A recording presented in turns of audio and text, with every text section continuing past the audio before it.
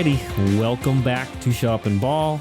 I am Aaron Chow, accompanied by Mr. John Harris, as always.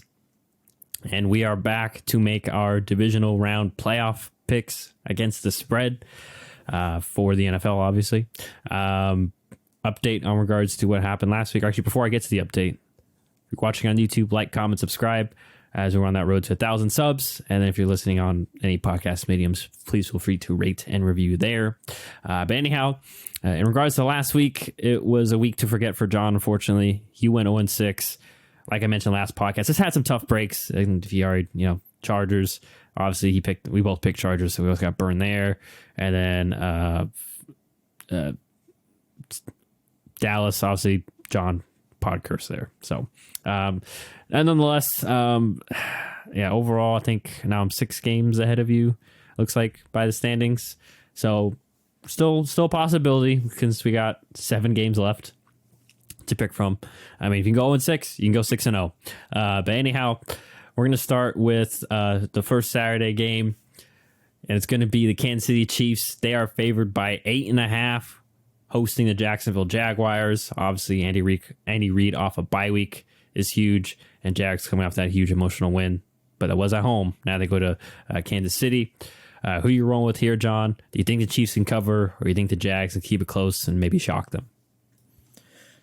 Just going to give a spoiler alert because I can see the picks that you have made, and based on the amount of games left, in order for me to win the picks for the season, I basically have to take against you every single game. And so I'm going to just do that this week. So every pick I make, we are in disagreement.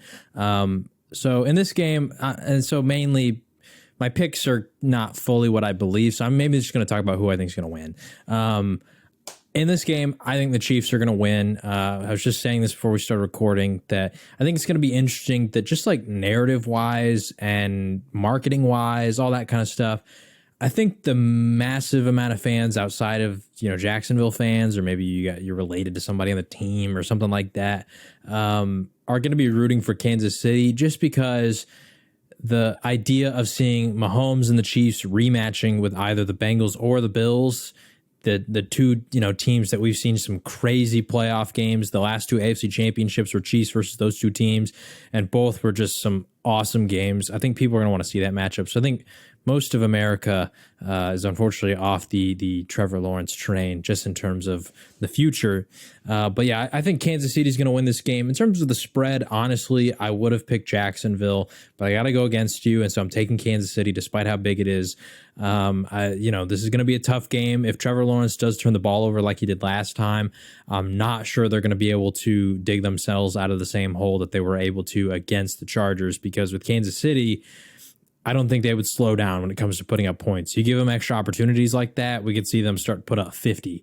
So, yeah, Kansas City Chiefs, I think they're going to win. And in terms of our picks competition, I am taking them to cover. Yeah, this isn't a bad one to go against me because this was a tough pick.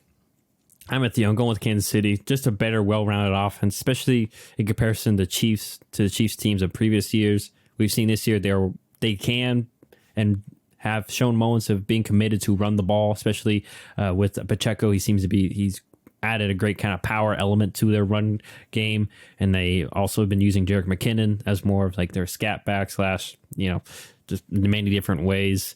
Still have Kelsey, and once again, Andy Reid off a bye week, just tough to bet against him. And I'm sure too, they saw, like we mentioned last podcast, Chargers, they got those 4 picks, and at least 2 of them were because they had a good idea of where Jacksonville like to throw the ball, where they like to attack. And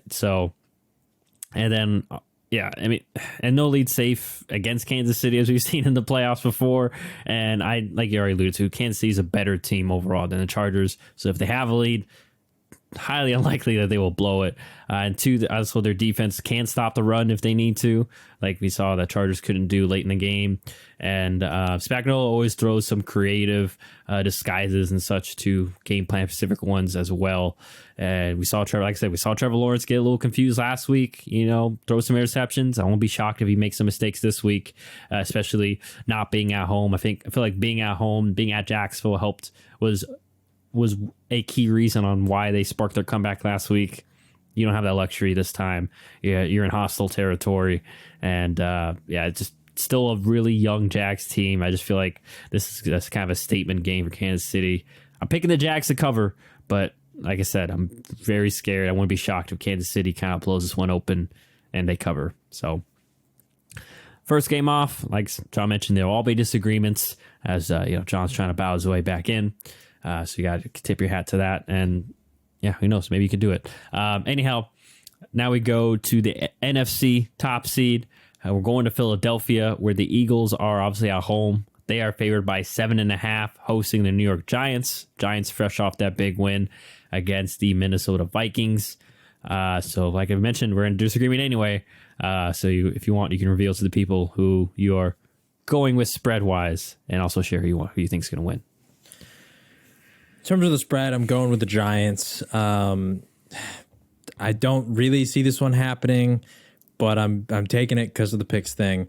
In reality, I think the Eagles are going to crush them. The first two games were not really close. The second one, I guess we can kind of throw out the window because they benched a lot of their starters, but I just don't know how much of that would change because Philly also was kind of inefficient in that game. It was Jalen Hurts' first game back in like a month. I don't know. There's just certain factors about the game where they were off, but the first time they played when they were both fully healthy, it was not a close game. And so I think the Giants, they might be riding high on this one. And Brian Daboll, I think the guy's a great coach, but there's, good coaching can only get you so far when you have a certain lack of talent, and Philadelphia does not. They are a loaded team in terms of talent, and Nick Sirianni is no slouch on the other side. So I just think that, I think that Philly's probably going to crush them, but for the picks, I'm taking the Giants to cover. Yeah, I'm taking Philly to win and to cover. Pretty much like you alluded to. I think a very key thing for Philly is can they stay patient with the run game? At times they get a little too pass happy, and a good way to beat the Giants, especially with the healthy Jalen Hurts, and I expect them to run him even more. They can be run on that front four, and we know too. Wink Martindale loves to take chances, loves to put his corners on islands, and I just think it's going to be tough to do that against A.J. Brown and Devonta Smith. It's kind of what they want in Philly. They want those one-on-one fade routes that Hurts can throw so very well to those guys. And on the flip side, too, we saw Daniel Jones in the run game get going. Really, Giants could do whatever they wanted against the Vikings. Much, much different team in Philly. I think Philly has pretty much not fully resolved, but they're no longer susceptible as they once were to the run game in terms of the run defense. They've kind of shored that up. And then, like we mentioned, Giants wide receivers don't really scare me. And Philly, we know they got two good ones in Bradbury, which also I know they played twice before, but revenge game, ? And then Darius Slay still really good also. So, I expect the Eagles take care of business here. So we may get an uneventful Saturday, but who knows? Probably one of these games will be close. But yeah, I'm going with Philly to cover. And like John mentioned, he's going with the Giants, Philly to come back. But if once again, it's not a terrible, to go against that grain there, because the Giants have been keeping some games close, and we've mentioned it's hard to beat a team 3 times. So maybe, and they are division rivals, like you always like to say. So the game could be close nonetheless, and you get that one. But anyway, those are the Saturday games. Now let's go to the Sunday games, and these ones, even the spread tells us they're going to be much better, or they should be better. Starting off at Buffalo, where the Bills are favored by 4.5, hosting the Cincinnati Bengals. John, who are you going with here spread-wise, and who do you think is going to win? So this game is actually one of the more comfortable spread picks because I can actually see this one really going either way.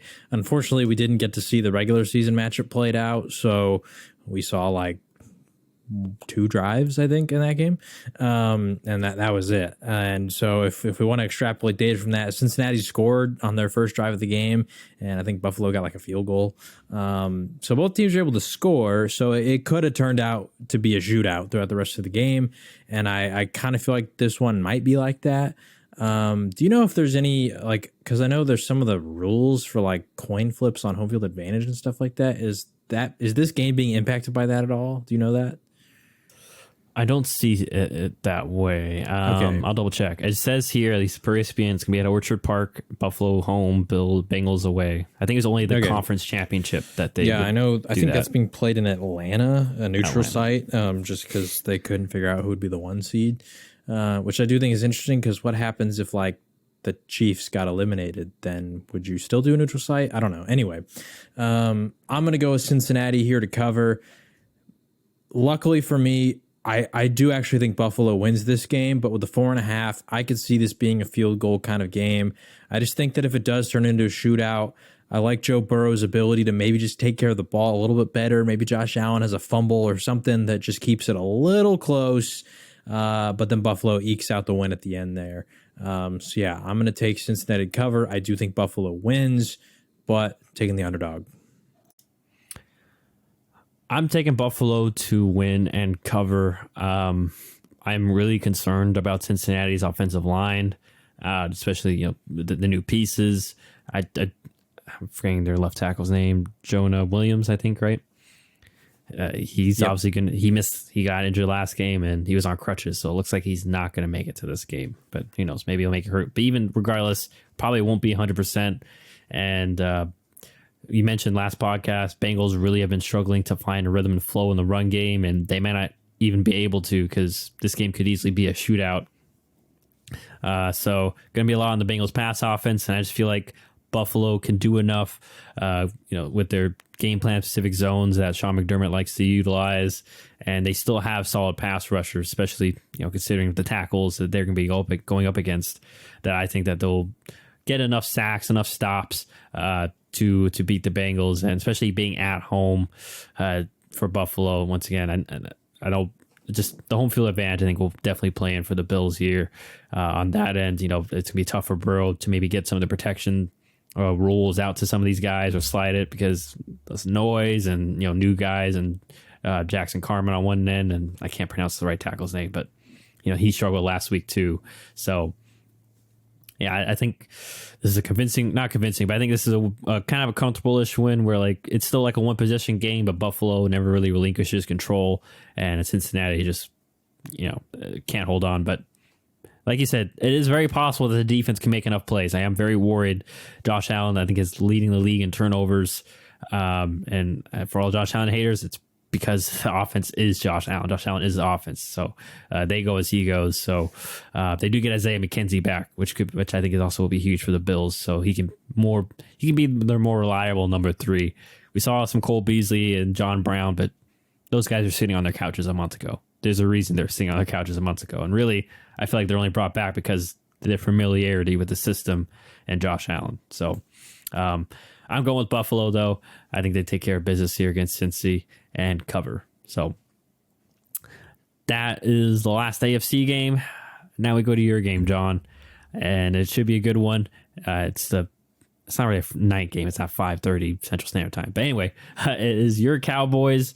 They're going up against the 49ers. 49ers at home, favored by 4.5 against your Dallas Cowboys. Who are you rolling with here, John? All right, this is the one pick that I actually legitimately made, and it was not to counter you. This is my legitimate pick. I am taking my Dallas Cowboys. They're the underdog. I believe in them. I think that Brock Purdy, from what I've seen out of him, he just has certain throws that just worry me. Also, if you watched our last episode, I had referenced this one throw that got completed, and everybody's sitting here sharing it as a highlight. I checked; it was to Jawan Jennings.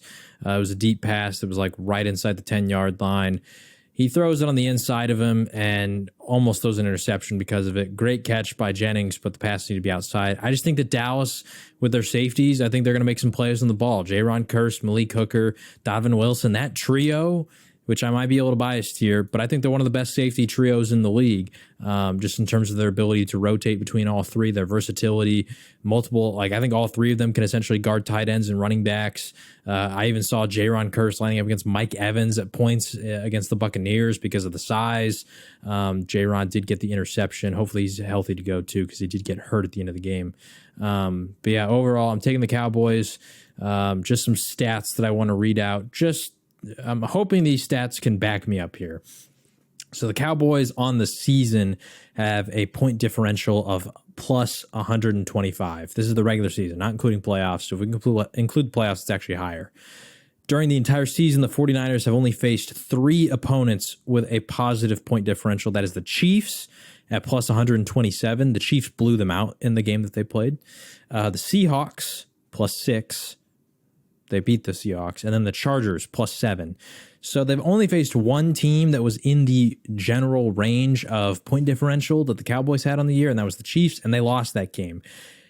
Also, I'm pretty sure that was Jimmy Garoppolo in that game. I might be wrong. I'm going to double check that real quick. But I'm pretty sure that was before.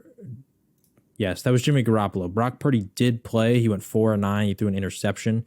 But I think that was just because it was garbage time. But yeah, the Chiefs won 44-23. And so I don't know albeit this was McCaffrey's first game on the team, so I will cut them a little bit of slack here. But I don't know. I just think that the Niners, they haven't really been tested, in my opinion. I think that they're an incredibly talented roster. I'm not denying that. But overall, throughout most of the season, they haven't had that tough of a road. And when we talk about tough of a road, they haven't really had any challenges since Brock Purdy became the quarterback. I mean, even that Chargers game, who was the second highest point differential they had, they beat the Chargers 22-16. That was Jimmy Garoppolo. We talk about the Seahawks. Brock Purdy did play in those games, but I think one of those was against Garoppolo.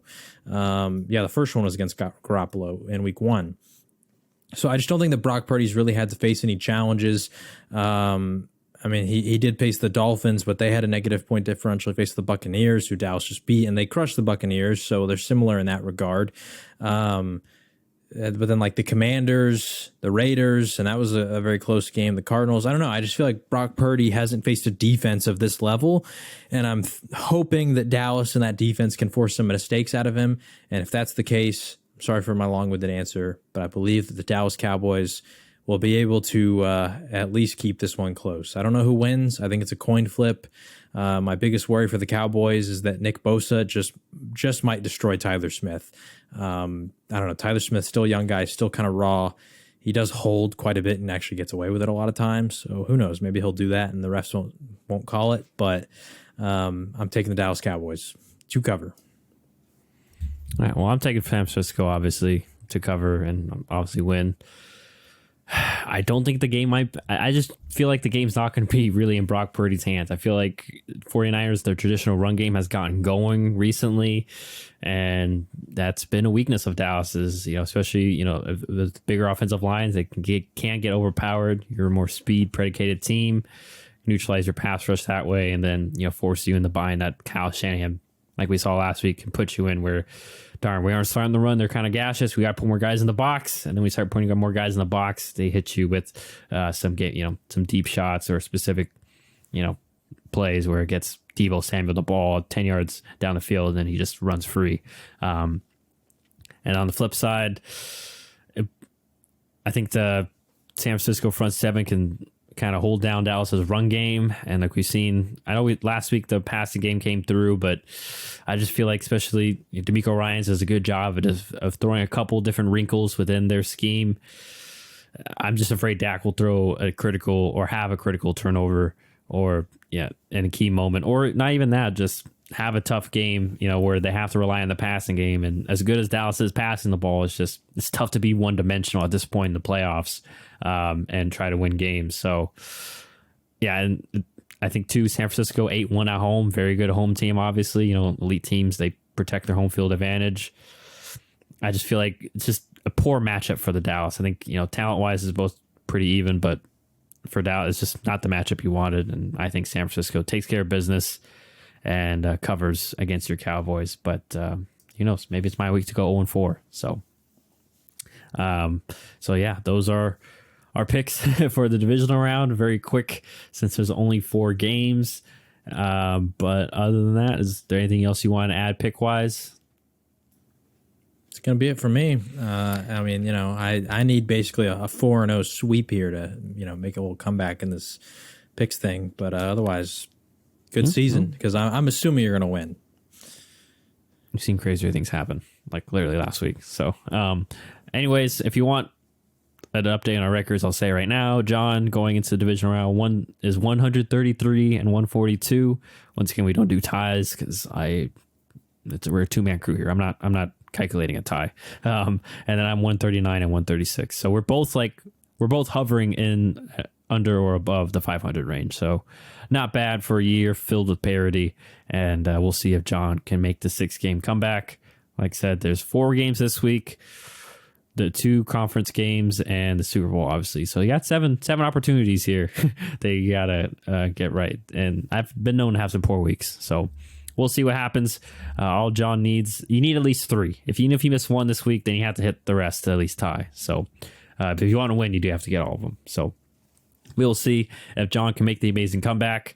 If his contrarianness here, except for the Dallas pick, can come through. I won't be shocked if it does. But once again, like I mentioned at the top of the pod, if you ever want to hit us up with comments, reactions, and such, you can do so on our YouTube page, which is Shop and Ball. We have a Facebook page as well. And then also our other socials are at Shop and Ball Pod for Instagram, and then at Shop and Ball for Twitter and TikTok. Other than that, we'll be back with some basketball talk later in the week, since we haven't done that this year. So that'll be fun to kind of get each other's thoughts on the season. Fortunately, my Spurs suck, but that was expected, and your Celtics are killing it. But obviously, we'll talk more than Spurs and Celtics. Definitely won't be talking Spurs. It's my only opportunity to pinch them in, because we definitely won't be talking about them next week, at least until draft time. But anyways, just random add on to before we end. Sorry, I meant to say this earlier, but can we remove Monday playoff games? I know I'm a little biased here, but Tony Dungy has made this point that it's really hard for any time this has ever happened. It's almost impossible for a team to win a Monday road playoff game and then also go win the next road playoff game. So that does kind of go against my Cowboys, unfortunately. But also Chris Sims put out a tweet that I want to repeat to the fans here. 49ers have a clear advantage in preparation for this weekend's game. Not only 2 more days of rest than the Cowboys, but once the Giants won, they'd likely have gone all in on Dallas prep, since they'd already played the Buccaneers and have a base of film done with them. And this is just me adding, because he didn't add this, they crushed them when they played them. So I don't think they were worried about the Tampa Bay Buccaneers. And then he added, doesn't seem fair. I agree, Chris. Yeah. Doesn't seem fair. If they lose, I'm going to cry about it. I thought that was weird to begin with. That was totally and they can say whatever they want, but that was totally a TV money thing. Let's get the extra money from ESPN, get our money's worth. Of course, it's a Dallas game. Let's throw Troy and Joe Buck back there, so they can call another Dallas game. I think I said it to you. I was very, just money grab there from NFL. But you still can't put trackers on the ball, by the way, because there were a couple times where we would love to have a tracker on the ball. We love some VAR or something, but we don't got the money for that apparently. But we got enough money to do anyway. Yeah, I'm with you, John. Hopefully it doesn't become a factor, but it likely will. Who knows? Anyway, that'll be all for John and myself. We'll leave you with that thought going into your divisional round. We'll see you on the flip side, unless you tune into our Hoops podcast, episode, which will come out later. Adios.